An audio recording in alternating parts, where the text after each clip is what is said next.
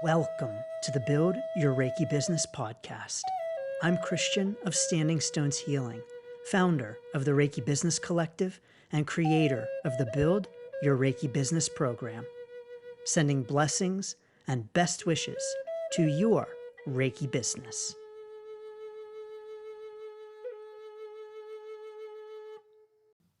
Greetings, welcome, and thanks for tuning in to this week's episode of the Build Your Reiki Business podcast. I'm Christian of Standing Stones Healing, and as always, I am honored to have you here, so thank you so very much. In this week's episode, we're talking about fairs, festivals, and expos for your Reiki business. But first, I want to make sure that you know that on November the 15th is the final of 3 free Reiki business workshops. So this third Reiki business workshop is about how to navigate the first 3 years of your Reiki business. And of course, if you cannot join live, all registrants will get the replay. So you can register at standingstoneshealing.com/Reiki Biz Kit. And if you are tuning in and saying, wait, the third, there were 2 others, I missed them. Don't worry. If you register for this third one and be on the lookout for the emails, there will be an opportunity to get the recording of the past 2 Reiki business workshops. So yes, you can get all 3 by registering for this final third free Reiki business workshop at standingstoneshealing.com/Reiki Biz Kit. Yes, the link is below. So thank you. Fairs, festivals, and expos can be awesome for your Reiki business, and I personally love these events. I've been doing them for years and just find them such a great opportunity for meeting people, for getting the word out about your business, making connections, and yes, indeed, even making some money for your business as well. Now, when I talk about fairs, festivals, expos, what exactly do I mean?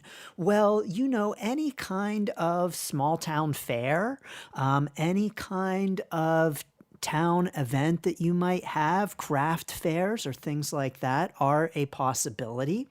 Any kind of very focused fair or festival where there are going to be other kinds of practitioners, holistic practitioners, readers, and things like that. And then expos are these events specifically where you're going to an event. Typically, it's a 2-day weekend event, a holistic expo with lots of other holistic vendors, readers, psychics, Reiki practitioners, all kinds of holistic practitioners and vendors set up. Oftentimes at these events, there are workshops as well, which can also be great for you to get in on. And so I really like these kinds of events because they are indeed a lot of fun. Now, focusing specifically on those expos. Now, you may live in an area where there really aren't too many of these, or maybe even any at all, in which case, hey, you might want to start your own. But these events, the way in which they are often set up is that you, the vendor, will pay a fee. And so you'll pay a fee for a table, and it really depends on how large the expo is. Oftentimes will determine your fee. And oftentimes for these kinds of expo events, the metaphysical, the holistic, the natural living kinds of expo events, you will be paying a few $100s for a table. I've seen prices for tables at these events anywhere from $150? Yes, $150 up to $600 or even more, depending upon the location and the foot traffic. So these events can be a little pricey, and I will say that some of the smaller kinds of events are going to be a little bit more uh, economical for especially a newer Reiki business owner. And so I encourage participating in these holistic kinds of expos and events. But know that if these events are out of your budget, especially when you're first starting out, that you can have great success with a smaller festival, a smaller fair, even one that isn't necessarily geared towards holistic, metaphysical kinds of vendors. I will say, though, that when you have an event that is, then people going to the event are going to expect there to be readers and Reiki practitioners and etc. Whereas if you're set up at a smaller craft kind of fair or festival, a more local kind of a thing, you will have people who are coming not specifically for card reading, Reiki, tapping, acupuncture, or whatever other modality might be offered. Psychic readings and all of those things. They might be going for the socks and for the pot holders, all of the knitted hats. And then there you are with your Reiki table beside the knitted beer cozies. So that is a possibility, and be aware of that. If you're setting up at one of those smaller fairs or festivals where people might not be expecting Reiki, there are going to be a lot of people who don't even know what Reiki is. And so I encourage, if you do one of these smaller fairs or festivals, one of the benefits of them is that the price to participate is often less. And so oftentimes you're not going to be paying as much, especially if it's a small local festival where you might be beside your neighbor who is selling their cookies. And so at these events, they can be a great starting point because their price point is often lower for a table. But what that also means is that, especially depending upon your local area, you're going to have a lot of people passing by your table who have no idea what Reiki is. And so at these events, be prepared to do a lot of talking about Reiki and a lot of educating and a lot of explaining. And please do feel free to check out my podcast about talking about Reiki for some tips and encouragement on that. But just be prepared that at these kinds of festivals and fairs, you're going to be talking about Reiki more and doing more educating than if you have a table at a holistic event, a holistic fair or expo, where most people walking through the doors are going to be acquainted with Reiki. Many of them are going to already maybe even be Reiki practitioners. So there is a big difference here in the type of fair, festival, or expo that you attend and the level of knowledge of the person coming through the door, and indeed even the level of comfort. So what that means is that if you're doing these kinds of events where you might be beside the potato chips and beer cozies, socks, cookies, and knitted hats, to be prepared to talk about Reiki, to be prepared to educate. If you're doing one of these events, I also encourage maybe lowering your Reiki price point a little bit, because money is a bar. And when you can lower your price point, you're going to lower the bar that someone needs to cross in order to try Reiki. So what I mean by that is that there's a comfort level. And people who might not be acquainted with Reiki and might not know what it is might be a little less comfortable to give it a try than someone who is already familiar with it, which means that the price point can be a level of comfort for them that if you lower it, they can have a greater chance of giving it a try. So let me explain a little bit more about what I mean. Let's say that you're at a table at a fair and you are beside the knitted hats on one side, and then someone selling their kettle corn on the other side of you. And someone comes past your table and they're like, Reiki, what's that? And you explain it, and then you're like, would you like to give it a try? $50 for a session. And they're probably going to be like, hell no.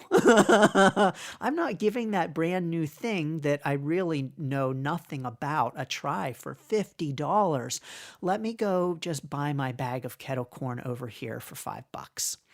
And so just be aware that if you are able to lower your price point, then someone who's brand new to Reiki is going to have a little bit easier time parting with their money to give it a try than if it is an expensive thing to try out. And so let's say that that person comes to your table now and they're like, oh, Reiki, what's that? And you explain all about it. And you're like, would you like to give it a try? Just $5. They might be thinking, oh, well, heck, why not? I was going to buy the kettle corn, but, I can buy the kettle corn any day. It's not every day I get to try Reiki. Now, someone listening may be thinking, oh my God, $5, you're giving it away for free. What are you doing? You're devaluing yourself. You're devaluing Reiki. But hold up. The $5 is just an example. But indeed, lowering the price for entry can really help people who are not comfortable with Reiki or don't know what it is to lower their level of resistance to giving it a try. Now, of course, what that price point is really depends upon your comfort level. I know others, practitioners who have done these kinds of events for a donation and put out a donation jar. That's okay. The price that you offer at your table may very well be dependent upon things like how much it cost you to get a table at the event, how much it cost you to be a vendor. It may depend upon what area you're in, if people are already interested in things like Reiki, or if people have no clue what it is, or they think it's from the devil or whatever. So all of that factors into your own price point. But I do advocate at these kinds of events where you're going to be beside the kettle corn and the cupcakes to really consider lowering your price in order to lower that barrier for entry for someone to just give it a try. If you're doing a holistic expo, a holistic fair, or an event where people coming through the door are already going to be acquainted with Reiki, then absolutely this kind of barrier does not apply as much as it does with a more local, more craft kind of fair or festival, a street fair or festival. And so at a metaphysical, holistic wellness kind of expo, you're going to have a lot more people who are familiar with Reiki. And so what that means is that you won't have to worry about doing quite as much educating and quite as much talking about what Reiki is. And it also means that your price point may very well increase a little bit or more, again, depending upon your comfort level. This is not an episode about pricing, but I do just want to say that when it comes to pricing, there's so much that goes into it. And so I just want to encourage you to feel that out for yourself. If you do one fair and you offer 20 minutes of Reiki for $20, and then you go to the next one, and you decide to offer it 20 minutes for $30, there's nothing wrong with that. You can experiment with it, and that's absolutely okay. As a matter of fact, I do want to say that at these events, I've been doing them for years. I love them. They're a lot of fun. But years ago, I did an experiment because at one point I was offering both Reiki and card reading at these events. And so I would offer Reiki, chair Reiki, and I would offer card reading. And at one expo, I said, I'm going to run an experiment. And so I offered 20 minutes of chair Reiki for $20 and a 20-minute card reading for $20. And I said, let's see what the outcome is, which one wins. Now, after having, offered Reiki and card reading and I just gotten a feel for the demand for the different services, I had an inkling, I had a hunch that card reading would win. But I have to tell you, I was actually not expecting how much card reading blew Reiki away in the results. And so, that weekend, for like every 10 card readings I did, one person wanted a Reiki session. Now remember, same amount of time, same price, and I was just blown away by how many more people wanted a card reading. To the point where after that, I no longer offered Reiki at holistic fairs and expos, and I only offer card reading. And so what that means is that, yes, in this Build Your Reiki Business podcast episode, I'm talking about offering Reiki at fairs, festivals, and events, and I no longer do that. Yes, card reading is a very large part of my Reiki business, as you may or may well already know, but it is a very large part of my Reiki business. And so at these events, then, when it comes to offering Reiki, when I did offer Reiki, I just did chair Reiki. I never brought a table. I never had an elaborate setup. I was offering card readings and Reiki at the same time, at the same festivals. And so what that meant was that I didn't have a big elaborate setup for Reiki, and I just did chair Reiki. Now, I will say that actually may have had an impact upon my experiment. Who knows? Maybe someone was like, chair Reiki, forget that. Let me lay down on a table, buddy. And so that may have impacted the experiment. I'm aware of that and open to that possibility. But again, I only do card readings now at these events and for the past several years, just card readings.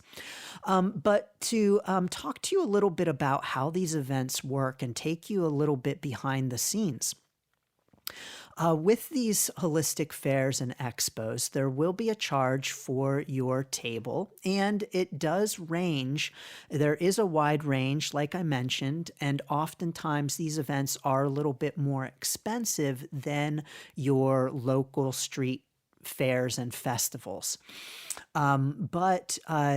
What happens is that you will pay for a table for the event. And typically these tables are for a weekend, so they're often 2 days. So keep that in mind when you're looking at the fee and you're like, oh my God, $300 for this event? I can't afford that.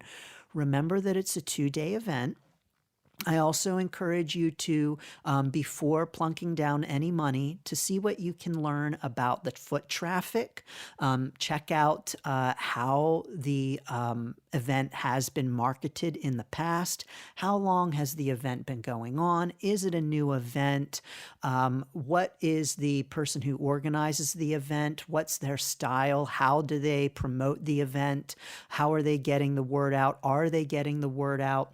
What do other vendors say about the event? Even reach out to other vendors, look at past years and see who has vended, and then reach out to them and say, hey, I'm thinking about doing this event that I saw you were at last year. Can you tell me about it? What did you think about it? And so it's okay to do that. I've done that myself and have gotten great insights. And so absolutely, do that. And as you do these events, you'll get to know other business owners, other participants, and you can even make friends. I know I sure have. So shout out to the friends who I have made at these fairs, festivals, and expos.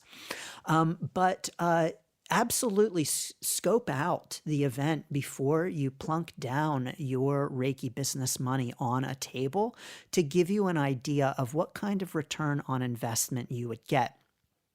But what you typically get for your investment is a table. Oftentimes, most times, these events will provide a table, and they will provide, that's a regular table, not a Reiki table.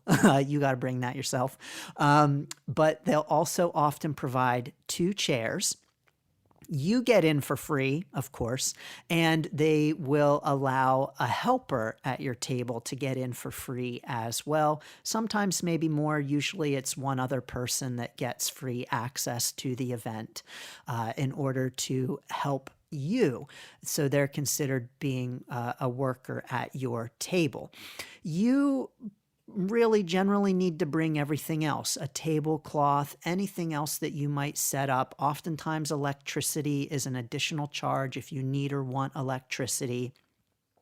Any supplies, any ways of making change if you're taking cash, just all of those things are everything is what you've got to bring. They'll give the table, the spot, and the chairs, and then you got to bring everything else. But oftentimes they'll give you the size, the layout of the booth, whether it is a 10 by 10 is very common, or whatever other size they might provide. So that can help you to know that information beforehand to get an idea of what your layout might be. I do actually recommend before the day of the event and getting to the location and setting up to have an idea of what your layout will be. So don't be afraid to set that up in your living room and see how it might all look. I know I've done that. I don't do that anymore, but when I was first doing expos, I would set up a table and lay out the tablecloth and all of my things to see how I wanted to arrange things. So I do recommend that. See how you want to arrange things before you even go. I also recommend having a checklist of things that you need to take along with you. Now, I've been doing these events for years, and I still make a list every single time. And even I will tell you that on that list, I put everything, including things as simple as water bottle, food, snacks, pen. Yes, I will make the list that specific. And even though I've been doing these events for years and I know what I need to take, and I actually have all of my stuff stowed away in a special place for these events, I will still every time make a list and cross that off as I pack things and make sure that I have everything. So I do recommend having a list to make sure that you've got everything. You don't want to get to an event and say, oh my gosh, I forgot this, and this is 2 hours away at your house. So lists are always really helpful, but you'll show up, you'll set up, you'll get your stuff together. Typically, these events want you set up by a specific time in order to make sure that everyone is ready to go when they open the doors, because they want things to be aesthetically pleasing when people walk through the doors, and they don't want vendors who are scrambling to set everything up as people are arriving. Then, if it's a 2-day event, which these typically are, you leave your stuff set up overnight and do that as your comfort level permits. And so you may want to take things with you, but if you're all right with things potentially going missing, go ahead and leave them. But I can tell you that I have never had an issue at any of these events with any of my stuff being swiped, nor have I heard of any other vendors having an issue. And oftentimes the event host will have security and make sure that everything's locked up and make sure that all of your stuff is safe for the night. But of course, they also will not claim any responsibility if anything does go missing. So that's helpful to keep in mind as well. And then the second day, you will be able to do your thing yet again, hopefully serve lots of people, and hopefully leave with a nice profit, a nice return on investment from the event. Now, there is lots and lots to say about these events and offering some tips for making them successful. But in my years of doing these events, I do have a couple of tips to pass along. This is not an exhaustive list because there is so much to say. But I really want to encourage you to bring the energy. Bring your energy and be welcoming, be open, be accessible, be friendly. Now, you might think, Christian, yeah. Doesn't that go without saying? No, it doesn't. Because at one particular expo, I had my table set up, I was doing rune readings, and across from me was a booth that was shared by 3 people. And at these events, I like to go around and I like to meet the other participants. I like to chat. I like to connect. I like to get to know people. I like to make friends. I like to find out what they're doing and to know what others are up to in their businesses. That's a nice part of the event for me as well, not just doing readings and offering messages. But I will tell you that these 3 readers across from me, I never once went over and said hello. I didn't have the desire to. I was curious about what they did, but I just did not want to go over and talk to them because their energy was not open. It was not welcoming. For the whole weekend, they sat and read or talked. At one point, they were sharing a bag of chips. It was just not the kind of welcoming and open and here we are to serve, let's chat and come on over kind of vibe. And so I didn't approach their table, and I hardly saw anyone at their table at all. And I can tell you that out of all 3 of them, only one of them did 2 readings the whole weekend that I saw. And so I really want to encourage you to bring your friendliness, your welcomingness, and all of the great energy and positive vibes. And you might be thinking, oh, Christian, I really don't want to do these events because I'm such an introvert. Okay, first of all, I want to say that actually the vast majority of us are both introverted and extroverted, and that we fall along the spectrum, and that we fall along the spectrum at different points. And so what that means is that we might in one setting be introverted and in another setting be extroverted. Now, I don't mean that you need to be someone who you're not at these events, but absolutely, I encourage you not to read a book, not to scroll on your phone and be disinterested. And so what that means is that you don't have to be extroverted. You don't have to be like, look at me, here I am, come get Reiki. But rather, I encourage you to simply be in a receptive and open state and to be ready to meet with people and to maybe not be chomping on a bag of chips and reading a book, but rather to be alert and ready to interact and ready to receive. That actually goes a long, long way. Another thing I want to encourage you on is that you can indeed at these events change things up if things aren't working. One of the things that's wonderful about having these kinds of events that are 2-day events is that if you find out on the first day that something's not working, maybe you're not getting a lot of takers on your $100 Reiki sessions that are 1 hour long at these kinds of events. then it's okay to change things up and to do something different. So it is okay to lower your price, to offer a shorter session, to do something different. It's okay to make changes. And I want to encourage us that, people are stubborn. Well, I don't know about you. I can be stubborn. Probably you can too, because we're human beings, and human beings are just generally kind of that way often anyway. But what that means is that we can often say, well, this is what I'm offering at this event, and I'm sticking with it, and I'm not going to make any changes. And then at the end of the weekend, we've helped like one or two people. That's really what it's all about, of course, is helping and being of service. And if you are there at the event where you've paid $300 for the table and you're helping one or two people, not only are you not getting the return on your investment, but you're also not helping a lot of people.